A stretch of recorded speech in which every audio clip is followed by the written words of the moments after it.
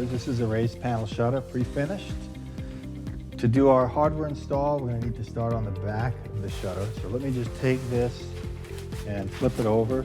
Protect that pre-finished surface.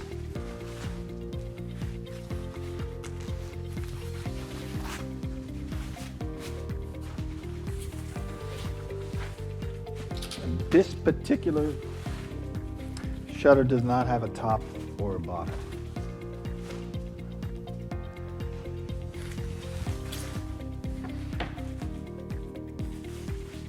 Okay. Now, here's a decision we have to make. Most of the time, your shutters are going to be in the open position. We want to see this in the open position. If they're being closed up for a storm, they'll be closed over with a slide bolt in here. That's the less attractive position. Now, on a real louvered shutter, we have been installing these non-authentic shutters backwards for years. When you think about it, if this were a louvered shutter, when the shutter is in the closed position, the louvers would face down to keep water from going into the window opening. And when you opened it, the shutters would face up. So if you're doing it for storm protection, and you want an authentic shutter that's going to protect from the weather, then make sure that you orient them the correct way. And when the neighbors come by and say your shutters are upside down, you can explain to them, no, they're right side up, yours are upside down. That's just a little side note.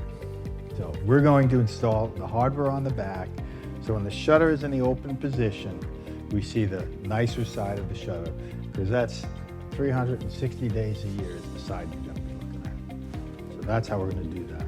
So we take our offsets, and there's an upper and a lower offset for each of the shutters. So in this case, what we're doing, this would be the offset from here, and this is the offset for down on the bottom here, the offset for this top, and the missing offset is right here. Okay, here we go. So those are offsets. We want to center them in the middle of this style, and that'll look the best. So we got to find center lines here, and after we find the center line of that, we need to find the mounting position of our pins. So let's get started. What we'll do, this is going to be gloves off here. For two reasons, gloves off.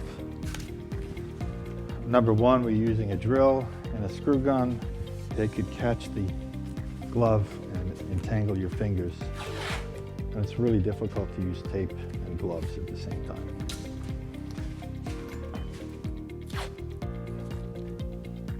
Two and 3/4 inch is the width of our rail. So we will mark 1 3/8 and put a center line. Oops, jumped a little bit there. Just pop a screw in there for me. This way it doesn't move around on me.